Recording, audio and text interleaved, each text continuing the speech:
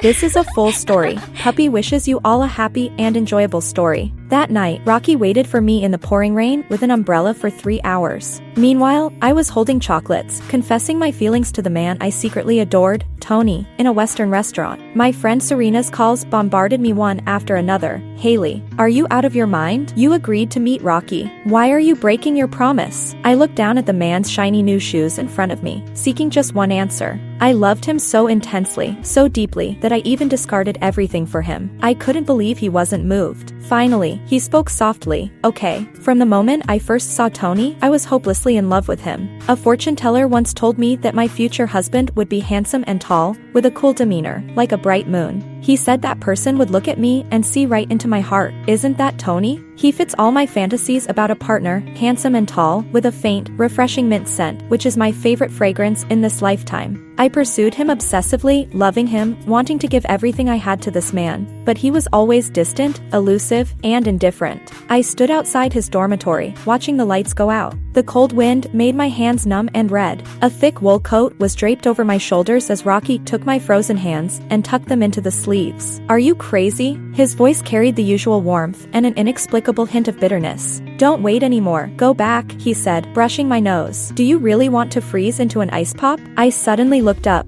staring stubbornly at the dormitory, and said, his QQ signature says he welcomes interesting souls. Rockey, do you think I'm an interesting soul? Rockey was taken aback, looked at me deeply, and after a long pause, said, Hailey, of course you are. Rockey has been my childhood friend for 12 years. We were neighbors, went to school together, did homework together, and played video games together. When we were little, he was weak and shorter than me, often bullied by the boys in our class. I would wield my homemade grass whip to chase those boys away, shouting, he's under my protection. If you bully him again, you'll be in trouble. Looking back at Rockey, he would be wiping away tears in secret. Where does it hurt? Let me see, I would ask with concern. He would quickly turn his back, and after a while, turn back with a smile and say, Hailey, I will definitely protect you in the future. Cough, you're much weaker than me. It's more like I should protect you. I would laugh. Rockey would pout and ignore me. Now he has grown into a 185 centimeters tall handsome man, with a solid build, but still smiles like a child.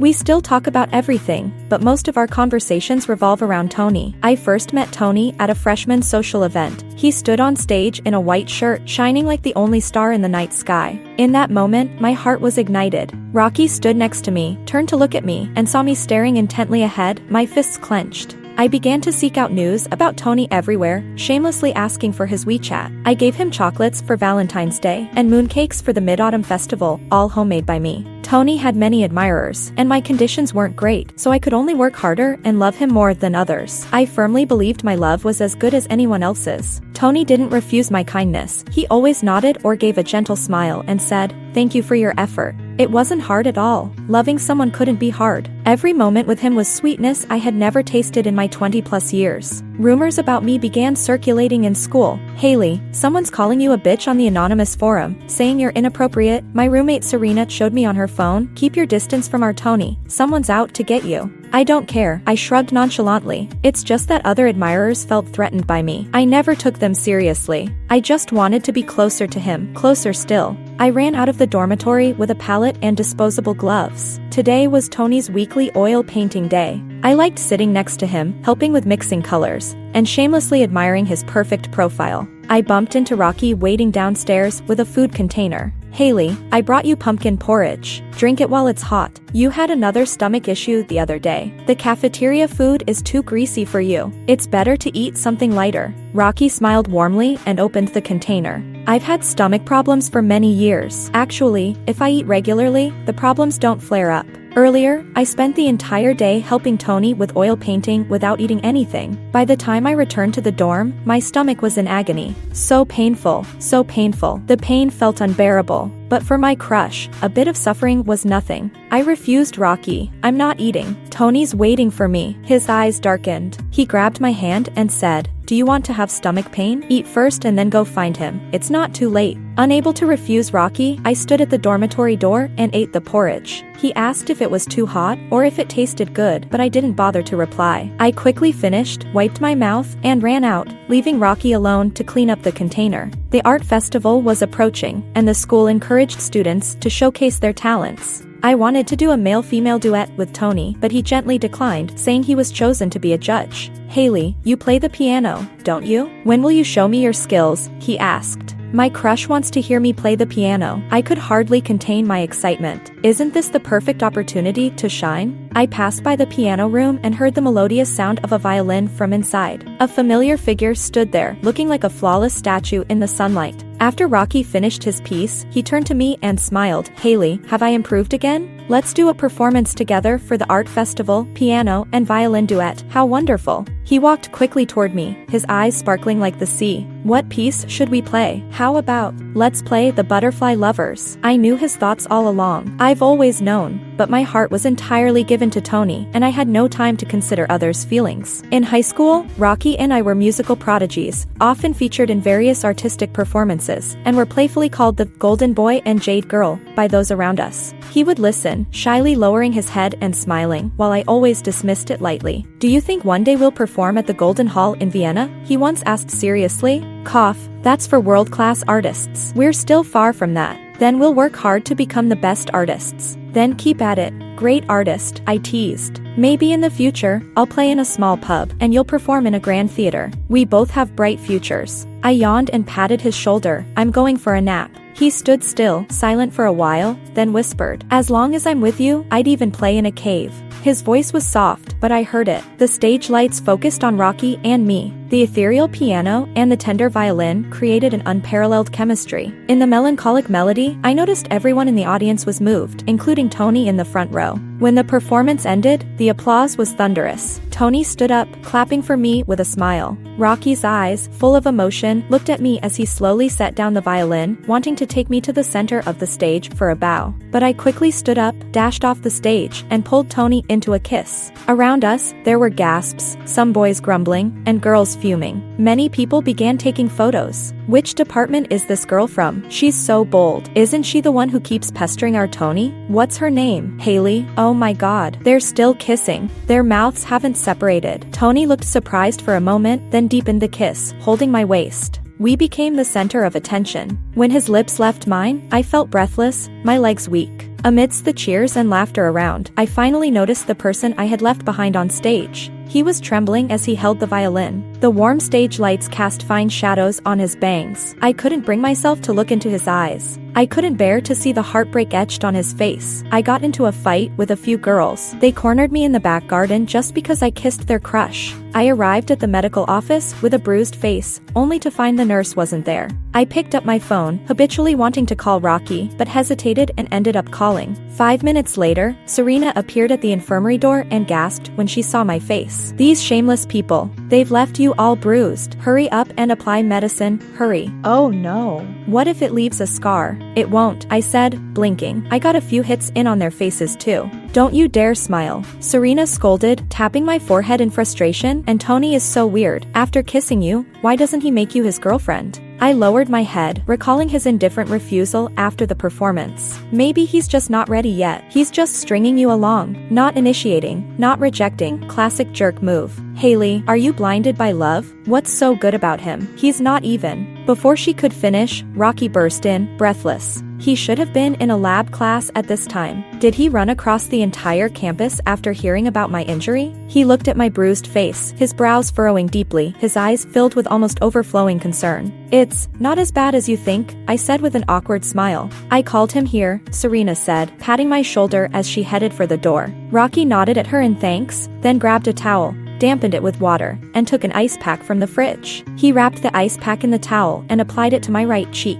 He was very close, less than half a foot away from me. His t-shirt had the scent of sun-dried fabric. Rockey, don't talk, Rockey interrupted, motioning for me to keep holding the towel. He rummaged in the glass cabinet and finally found a bottle of red ointment. He dipped a cotton swab in it and carefully applied it to the cut on my forehead. Even though he was very slow and careful, I still winced in pain. Rockey stopped, blew gently on the wound, and it felt cool and soothing. He blew a couple of times and continued applying the ointment. Next time you get into a fight, take me with you, okay? I didn't expect him to say that, and I looked up at him in surprise. You're as stubborn as a wild ox, not even 10 horses could drag you back. Rockey threw the cotton swab into the trash bin. It's impossible to stop you from fighting. Next time, remember to call me along. I'll help you teach those guys a lesson. Rockey. I mustered the courage to call him. Do you know why I got beaten up? Because I took the liberty of kissing Tony. In front of everyone, I left you aside and kissed Tony. He turned his back to me, and after a long while, he spoke softly. Hailey, my wish is for you to always be healthy and happy. Anything else, I don't really care about. You're lying. If you didn't care, why does your shoulder keep trembling? Tony has been especially distant these days. He no longer lets me join him for painting sessions, and the snacks I gave him are always returned. I know he loves iced American coffee, so I secretly left campus and went to a Starbucks outside to buy it for him. I delivered it to his lecture hall, but couldn't find him. I sent him hundreds of messages, waiting from morning till night, finally getting a reply. I've been busy all day, going to sleep now. What could he be so busy with? Why doesn't he tell me? I'm willing to do anything for him. I gently touched my lips, recalling the intensity with which he had kissed me. Tony, you must like me a little too, right? Even if it's just a tiny bit. The next morning, I saw Tony walking hand in hand with a girl on the playground. I rubbed my eyes, thinking I was dreaming. The girl was a bit shorter than me, and her head tilted slightly could rest on his shoulder. Yes, she was one of the girls who had beaten me up the other day. Jealous flames consumed my rationality. I wanted to rush over and separate them. How dare he have someone else by his side? No, I can't accept it. It has to be me by his side. Then, I saw Tony slightly tilt his head and give the girl a gentle smile, his eyes curving into crescent moons. He has never smiled at me like that. With me, he has always just given a slight nod or a thin smile, unwilling to give me any more than that. The jealous flames were doused by a bucket of cold water. I stood frozen, unable to move, only able to watch as their figures grew fainter. In the evening, I got myself drunk at a bar. One drink after another, the liquor burned my stomach, making it numb and painful, while my nerves were seared, but it didn't ease the ache in my heart. Tony, Tony. I repeatedly whispered his name, pouring myself another drink until someone held my hand holding the glass. Even through the haze of alcohol, I could still smell that unique scent of sunshine. Rockey took the glass from me with one hand and gently stroked my hair with the other. Hailey, stop drinking. Let's go home. I stared at the person in front of me, his eyes holding shimmering, ocean-like clarity. In this murky, foggy bar, his eyes remained timelessly clear. Is my soul not interesting enough? I asked him. It's already enough, Hailey. What do I have to do to make myself more interesting? You're drunk. I'll take you home. I've already given him my heart. Rockey, I've given him my heart. Why won't he even look at me? Then why won't you look at me? When Rockey yelled this, his shoulders were trembling. Everything in front of me blurred, tears streaming down my face. I tried to grab the bottle, but Rockey took it from me first, drinking it all himself. He finished every drop, supporting my shoulders to face him, and said, word by word, Hailey, Tony doesn't like this. Tony doesn't like someone who loses sleep over him, doesn't like someone who gets beaten up for him, doesn't like someone who drowns their sorrows in alcohol. He likes someone who cherishes themselves, someone who lives independently for themselves. Is it what he likes, or what you like? I asked, struggling to keep my last bit of clarity. My likes are irrelevant. His voice carried a tinge of bitterness. Whether I like something or not, does it make you become that? I wanted to argue more, but eventually, my vision darkened, and I fainted in his arms. When I woke up again, I was being carried by Rockey, crossing the neon-lit streets. The night wind was so cold it felt like it was cutting through to the bone. Rockey sensed my awakening and slowed his pace, speaking softly. At this time, we can't get into the school anymore. Let's stay at my aunt's place for the night. It's just around the corner. Okay. His aunt was a very cheerful and warm woman whom I had met a few times. We didn't speak for a long time. Until I was about to fall asleep again, I heard him sigh. Hailey, how could someone who truly loves you bear to see you getting drunk alone in the middle of the night? I clung tightly to the fabric of his shirt and then let go. I suddenly realized that I hadn't seen Rockey's smile for a long time. He used to smile so much. The past few days, I kept turning things over in my mind, thinking perhaps it was time to get my life, which had become a scattered mess, back on track.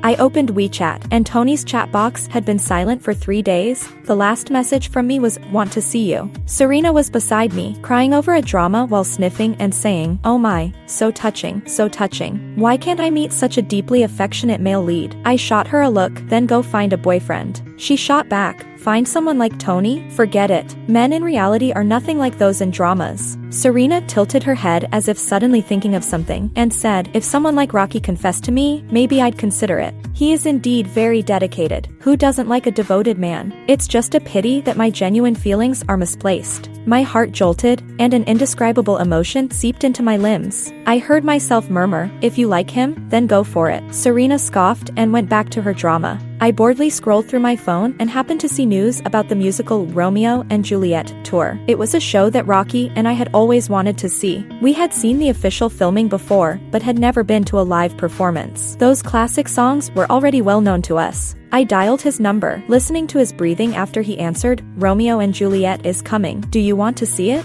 There was a pause on the other end, and Rockey's voice came through, even brighter than usual. You still remember? I touched my nose and said, how about this Saturday? The tour is only for a week. If we miss it, who knows when the next opportunity will be. Sure, I'll book the tickets, Rockey replied cheerfully. Booking now might get us good seats. Hailey, what is it? About Tony. I want to give up. Really? I heard Rockey's intake of breath, and then he said in a voice so soft it was almost inaudible, it's good to give up. I really want to give up on Tony. Before he came into my life, I had never been so miserable. I, Hailey, who prided herself on being able to let go, am now experiencing the pain of unrequited love for the first time. On Saturday afternoon, the sky poured down heavy rain. In addition to the rain, there was hail, and the cold wrapped around everything, charging through the city. I got into the reserved taxi, and suddenly a call came in. It was Tony. When I saw his name, my heart started to pound violently. This was the first time Tony had ever called me since we met. I tremblingly pressed the answer button. Hailey, I miss you. Will you come and keep me company? Tony's voice came through the phone, devoid of any discernible emotion. Today is Lantern Festival. You said you would spend it with me. Today was indeed Lantern Festival, although I had completely forgotten about it. I used to chase after Tony, insisting on spending every holiday with him: Valentine's Day, Mid-Autumn Festival, New Year's Day, Lantern Festival, National Day. I wanted to be by his side for each one. Where are you? I asked. I'll send you the address. He smiled softly, his voice carrying a hint of affection. I'll be waiting for you.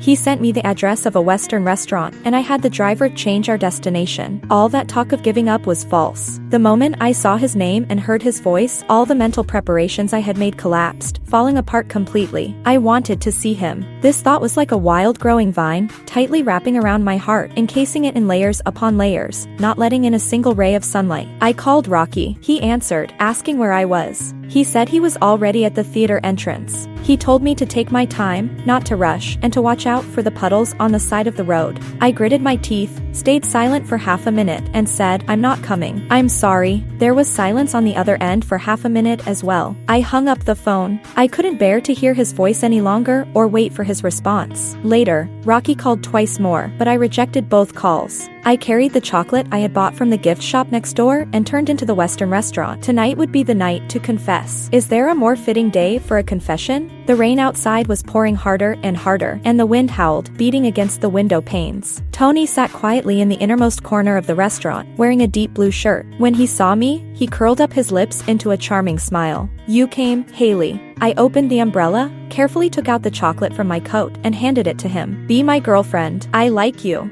I didn't look into his eyes as I spoke. I just stared at his leather shoes. What kind of expression would his eyes have? Surprise, amusement, disgust, or an imperturbable calm? I didn't want to guess his feelings through his eyes. I wanted to hear him say it out loud. I abandoned all my previous notions of love and followed him without hesitation. Whether or not I could win his heart, I wanted to hear it from him. After a moment, he said softly, okay. I looked up at him. He was smiling faintly, saying, Hailey, you really are the most interesting. That night, Serena bombarded my phone with messages. She said, why did you go back on your word? Don't you know Rockey waited for you at the theater for 3 hours? Where were you? I replied, I was with Tony. Serena cursed, you're really crazy. I think I was indeed crazy, but I couldn't control myself. I held Tony's hand and intertwined our fingers, leaning in to smell the minty scent on him. I had finally achieved my wish and became his girlfriend. Yet, I wasn't swept up by the anticipated excitement. Instead, there was a sense of emptiness, as if something important had been lost. Later, I found out that Rockey had fallen gravely ill after that day. He waited in the rain, stubbornly clinging to a faint hope. I was not the only one who threw myself into things recklessly. Perhaps he was also waiting for an ending, whether it be happiness or sorrow. Just like a musical has an ending, even the grandest stories eventually come to a close. Romeo sang, "Love is kissing the fierce fire." Juliet sang, "Love is being at the same warmth as the sun." Yet the story's conclusion tells us that love is difficult to separate even in death. After Tony became my boyfriend, he often took me out. He loved going to the art galleries in the city, checking out the new exhibitions every month. I had no understanding of Impressionism nor the ability to appreciate it. While he studied a painting closely, I would just watch him or look down at my phone. "Hailey, what do you think this is?" He pointed to a painting, the name in the corner reading, "Woman in a Red Dress." A rooster? I scratched my head. Tony burst into laughter. "My Hailey, you're so cute." "It does look like a rooster," I said, not backing down. It does a bit." He suppressed his laughter, took my hand, and said, "Do you want to get something to eat?" We stopped at a Haagen-Dazs store. With the weather just turning spring, there weren't many people buying ice cream. I chose a seat by the window, and Tony asked what flavor I wanted. I said I wanted rum. Time seemed to rewind to my high school days. In every hot and dry weather, Rockey would buy a rum ball ice cream, packed in a small box with nuts sprinkled on top, and hand it to me. The rich flavor of the rum ice cream would dissolve the heat. I asked Rockey why he never bought one for himself. He shook his head, saying he didn't want any. I knew it wasn't that he didn't want it, but that he thought it was too expensive. So I'd get another spoon and we'd share. Back then, happiness was always simple, and the heart was easily filled with small joys. I saw Tony coming towards me with a cone in each hand. Both were vanilla flavor. "We ran out of rum," he explained. "I got you the same as mine." I regretted not saying more earlier. If rum wasn't available, he could have chosen any flavor but vanilla. Vanilla was a taste I had disliked since childhood. Tony noticed me staring blankly at the cone and looked at me with a questioning gaze. I didn't want to ruin his mood, so I took a small bite and frowned. People's tastes can change, and even the most unpleasant things can become familiar with time. As I looked at Tony's calm eyes, I couldn't help but think of Rocky's eyes that always seemed to hold shimmering seawater. I texted Rockey to ask how he was feeling. He replied that he had recovered and would be back at school in a couple of days. I stared at the chat, feeling like I should say something more. I typed and deleted and typed, and finally sighed and turned off my screen. I forced myself to focus entirely on Tony, just as I had done before. Tony's casual pants were a bit worn. I planned to buy him a new pair at Raffles this weekend. The second typhoon of the year, Typhoon Shino, will make landfall in our city tonight with a force of level 17, classified as a super typhoon. Please ensure your safety if you're going out. The radio broadcasted against the backdrop of a gray sky. I glanced outside and saw the first typhoon of spring was finally approaching. I thought that on such a stormy Saturday, few people would be out shopping, but I unexpectedly ran into the last person I wanted to see at the mall. Rockey and I stared at each other, holding the new pair of casual pants I had just bought for Tony. What a coincidence.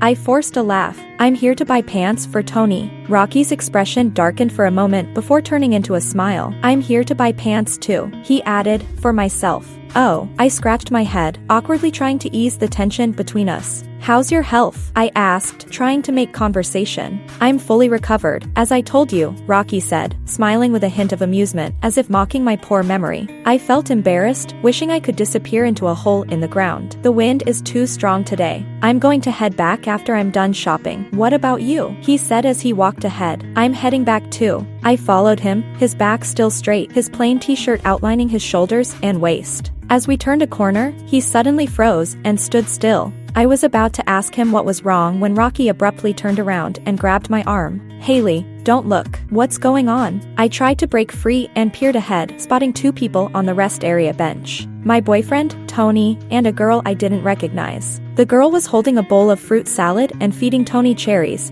playfully pinching them onto his lips. My boyfriend smiled as he ate and even licked her fingers, causing her to laugh delightedly. The burning rage that began at the soles of my feet seemed to rise up and engulf my entire body, leaving me trembling uncontrollably. Ignoring Rocky's worried gaze, I marched towards the couple with tears brimming in my eyes. Tony noticed me first. He was taken aback, pushed the girl aside, and stood up, putting on his usual shallow smile. "Hailey, I can explain. This is my cousin. Do you think I'll believe your lies?" I roared, oblivious to the stares from bystanders. bystanders. At that moment, I must have looked like a lioness, with her fur bristled in fury. The girl, frightened by my outburst, hid behind Tony. I lunged at her, but Tony blocked me. "Hailey, you're crazy." I threw the pair of casual pants I had bought for him at his face. "I'm not crazy. It's you who's lost your mind. Look at yourself now. Do you have any dignity left?" Dignity? Should I smile and wish you a happy life together while watching my boyfriend cheat on me in public?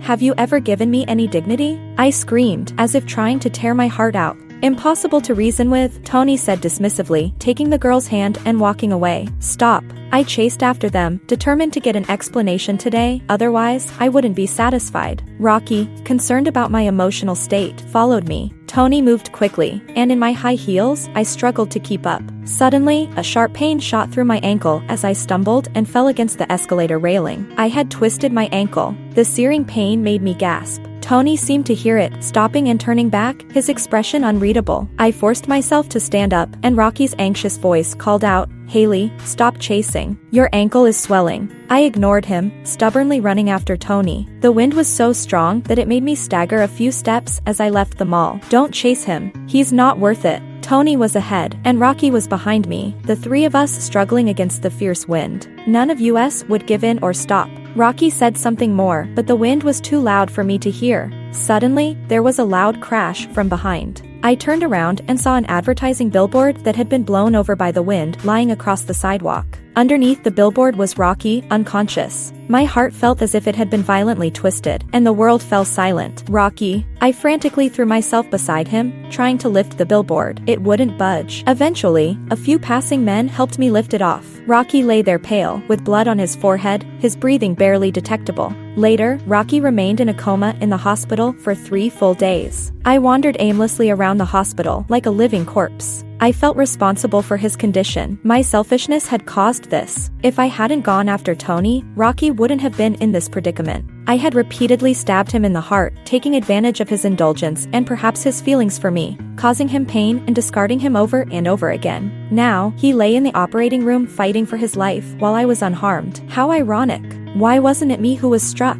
I had once thought of myself as a love fool, but I was wrong. I was a sinner. The term fool was too mild to cover the sins I had committed. Heaven, punish me. I deserve to die 1,000 times over. But please don't take Rockey. He's so pure, so innocent. I couldn't bring myself to go near the operating room, where his family was gathered. I didn't dare face them. I sat in the small garden next to the hospital from dawn to dusk, clutching my phone tightly. The night was cold on the lounge chair, and I draped myself in a coat, falling into a fitful sleep. In a daze, I saw a man in the casual pants I had bought, his hands in his pockets, walking towards me and saying, "How do I look?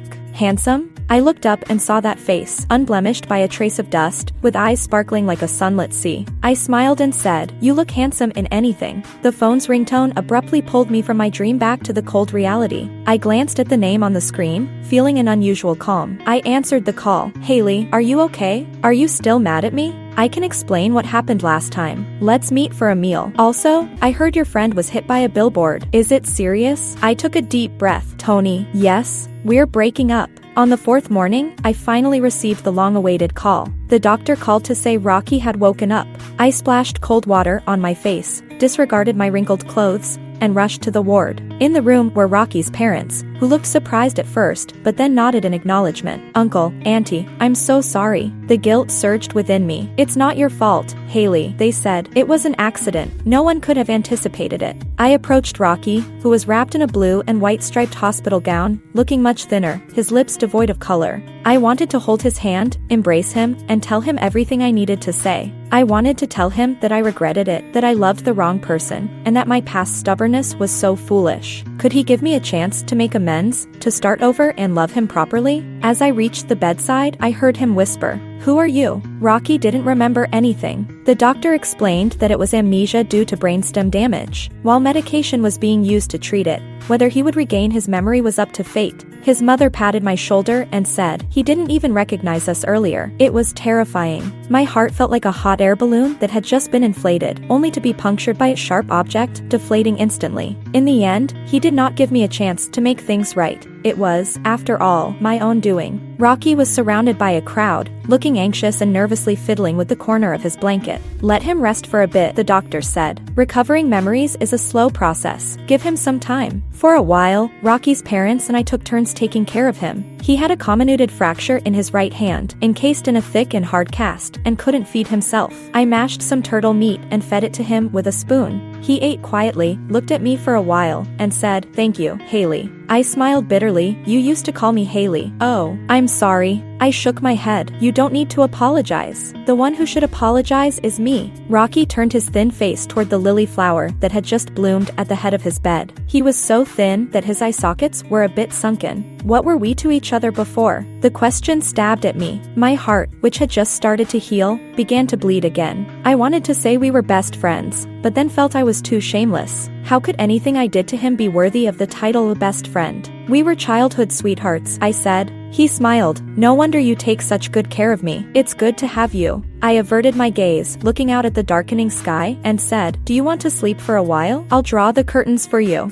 "No need. I can't sleep," Rockey said. "Why don't you tell me a story?" His expectant eyes made it hard for me to refuse. After thinking for a moment, I began, "Well, let me tell you a story about Miss Cat and Mr. Rabbit." Miss Cat and Mr. Rabbit grew up together. Mr. Rabbit cared for Miss Cat meticulously, catching her the freshest fish and shielding her from the wind and rain. Mr. Rabbit loved Miss Cat deeply and hoped to be with her, but Miss Cat fell in love with the big dog from the neighboring village. Miss Cat pursued the big dog relentlessly, doing many foolish things that hurt many people, including Mr. Rabbit, who loved her all along. Despite her mistakes, Mr. Rabbit continued to care for her as always. Later, Mr. Rabbit fell gravely ill, and when he was on the verge of death, Miss Cat realized how much she truly loved him, but it was too late. I said with moist eyes, "Do you think Miss Cat is a fool?" He didn't look at me, seeming to reflect on the story. After a moment, he said, "Miss Cat is indeed a fool. And Mr. Rabbit is also quite foolish. Most things in life don't go as planned. Since there's no response, why persist in delusion?"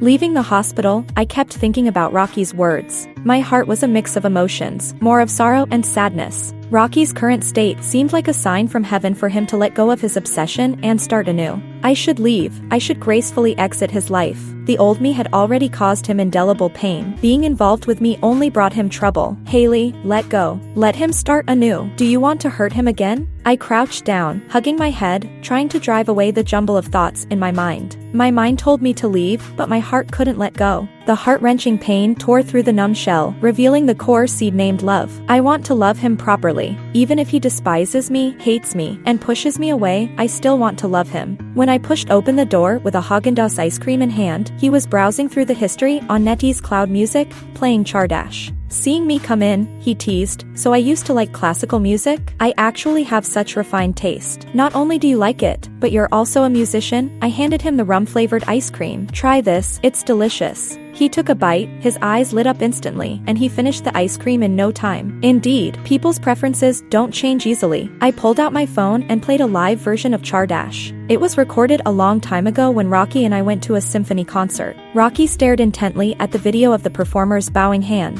I rested my hand on his shoulder and said, "You play it even better than he does. Once your right hand recovers, we can play together again." I also opened a video of us performing Butterfly Lovers at the art festival. The video was recorded by a cultural officer, and the camera was close, capturing our expressions clearly during the performance. Looking at his immersed profile, I smiled faintly. Indeed, he was still the same Rockey, but in the next moment, I couldn't smile anymore. In the video, I suddenly ran off the stage. The camera shook violently. The video ended there. Rockey looked at me with confusion. I scratched my head and laughed awkwardly. There was a small accident at that time. Rockey didn't pursue it further. He stretched and said, "Music is such a wonderful thing, isn't it? Listening to these pieces, even the most melancholic mood can be swept away." He mimed holding a violin with his left hand, smiling at me. "Is it like this?" Seeing his expression, my eyes suddenly filled with tears. Those eyes, once filled with the glimmer of the sea, had returned. I spent all my savings to buy Rockey a top-of-the-line speaker. When I carried the huge speaker into the ward, Rockey's eyes widened. "Did you buy a speaker or a refrigerator?" He teased me. "You'll know when you hear the sound quality. It's worlds apart from those cheap ones on the market."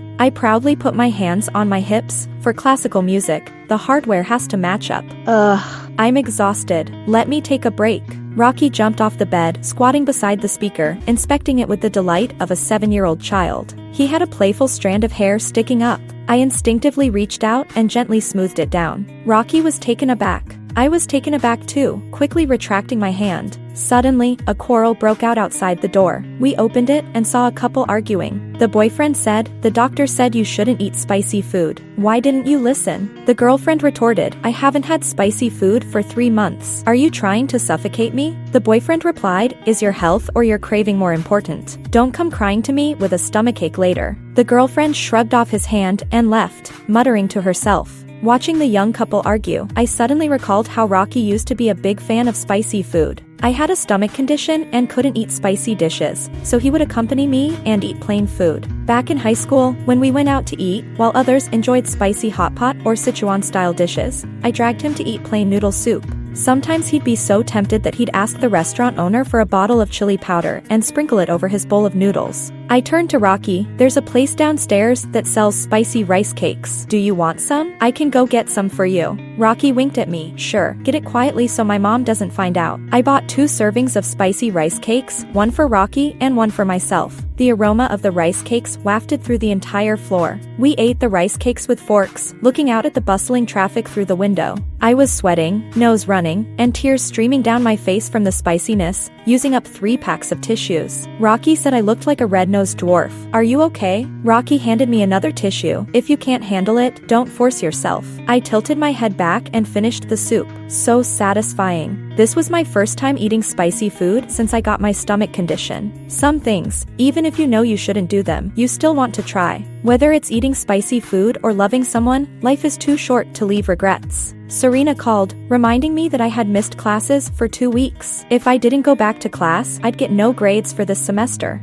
I organized my textbooks and rushed to the classroom, only to be stopped by the tall figure blocking the door. Tony reached for my arm, but I stepped back. "We've broken up. What do you want now?" "Why, Hailey? You used to love me so much," Tony said anxiously. I silently laughed. This campus heartthrob, who had always been the one to break up with others, was now bewildered by being dumped. "I don't love you anymore," I said expressionlessly. "You discarded my true feelings so casually, making me feel like a fool. I don't want to play along with your drama anymore." Tony held my shoulder and said, "Give me another chance, okay? Hailey, give me another chance. I promise I'll be a good boyfriend and love you wholeheartedly." "It's too late." I pushed his hand away and smiled coldly. "I'm already in love with someone else." Serena texted me, asking if I had really dumped the jerk. I confirmed that I had. Serena sent a victorious cat emoji. "What a great thing. We must celebrate." In a small restaurant near the school, Serena opened a bottle of red wine to celebrate my leaving the jerk behind. I clinked glasses with her and downed my drink. "Serena, you were right to scold me. If I had listened to you earlier, I wouldn't have taken so many detours." "Well, it's not too late to wake up now. But you're really determined this time, right? Don't end up like before, running back to him after a few days." "This time, I won't," I said, filling my glass again. "By the way, how's Rockey doing?" Serena asked, swirling the liquid in her glass. "The external injuries are almost healed, but his memory hasn't come back yet. The doctor said it will take time." Serena propped her chin on her hand and looked at me. "He's really good to you. Deep and devoted, just like the leading men in those soap operas." "Hailey, if you don't like him, how about letting me have him? I want to pursue him." I walked on the street, feeling the cold wind. Even though I hadn't drunk much, I felt more drunk than usual. My head ached and spun as I tried to recall what had just happened. I downed the rest of the wine in my glass and put the glass down heavily, saying, "No, Serena, I like him. I like him more than anyone else." Serena looked at me for a moment, then smiled gently. I figured as much. My body was filled with a sour, uncomfortable feeling, and I couldn't tell whether it was from my stomach or my heart. I looked at the red and blue neon lights on the street and thought, this is the same road Rockey once carried me home on. Rockey, Rockey. I shakily took out my phone. Before I realized it, I had dialed his number. A clean, warm voice answered, "Hailey, I'm sorry. I'm so sorry. Everything is my fault." I choked up, clutching the phone as if it were a lifeline. "What are you talking about?" Rockey's voice was full of concern. "Have you been drinking?" "I'm sorry for leaving you on stage to kiss him. I'm sorry for using alcohol to drown my sorrows and leaving you to clean up the mess. I'm sorry for breaking our promise and leaving you waiting in the rain for 3 hours. I'm sorry for insisting on pursuing him, causing you to become like this. I cried uncontrollably, tears soaking the screen. The most sorry thing is that despite all my mistakes, I still wanted your love. I really love you. Rockey, I really love you so much. The rest of my words were incoherent. I had used up all my strength, slumped over the bridge railing, my stomach churning but unable to vomit. Rockey was silent for a while before he softly said, I think he never blamed you. He cleared his throat. I've heard that a clear, calm voice can help sober someone up. Let me sing you a song. He began to sing softly, the melody gentle and slow. Love to be Loved by You, by Mark Trends. His voice cut through the dark night, blocking out the chill wind. I suddenly felt less distressed. He sang a few more slow songs, and my mind gradually cleared as I walked home accompanied by his singing. I'm home now. Thank you, I said. Thank you for guarding me once more. He smiled. Get some rest. Good night. The day Rockey had his cast removed, I brought a cake to celebrate with him. As I reached the door to his ward, I saw his aunt sitting by the bed with a girl I didn't know. The girl was delicate and gentle, wearing a light blue dress, smiling at Rockey. You're not so young anymore. I told your mom last time that we should find you a girlfriend. His aunt's voice rang out. You and Xiaoqing are quite a good match. Her father runs a pharmaceutical company. She used to come to my shop to buy things, and you two have met before. The girl walked over and took Rockey's hand, calling him Rockey Gidge sweetly. A heaviness settled in my chest, and I leaned against the wall, taking a few deep breaths before fleeing. The sourness felt like relentless waves crashing against my heart. She was quite cute. They seemed like a good match. Would Rockey like her? Would he also show her his warm, clean smile? Would he look at her with those unique, deep eyes? I couldn't control my thoughts and stumbled into the restroom. Staring at my distorted expression and red eyes in the mirror, I couldn't hold back the tears and covered my eyes. In the following days, I didn't go to the hospital. I was afraid of running into them being affectionate. I sent Rockey some recovery training videos that required no equipment. He called me, Hailey, why haven't you come to see me? I'm still waiting for the spicy rice cakes. I awkwardly kicked a pebble on the ground. After a pause, I gathered my courage and asked, do you have a girlfriend now? Rockey was surprised. No. That girl Xiaoqing from last time. Oh, you mean the girl my aunt brought? I turned her down. She's not my type. How do you know? You said you were busy with assignments and didn't come to the hospital that day. Oh, so it didn't work out. I sighed in relief, my tone naturally lightening. Then wait for me. I'll get the rice cakes and bring them over. Great. Rockey's voice was lively and full of energy. I'll be out of the hospital in a couple of days. I tell you, I'm starving and I can't wait to eat and drink everything I've been missing out on. You have to come along. And that musical you mentioned, I want to see it, and the aquarium too. I want to see the seals. There's so much I want to do. Let me make a list first. Rockey playfully lowered his voice. You better not try to escape. You have to stick with me until we check everything off.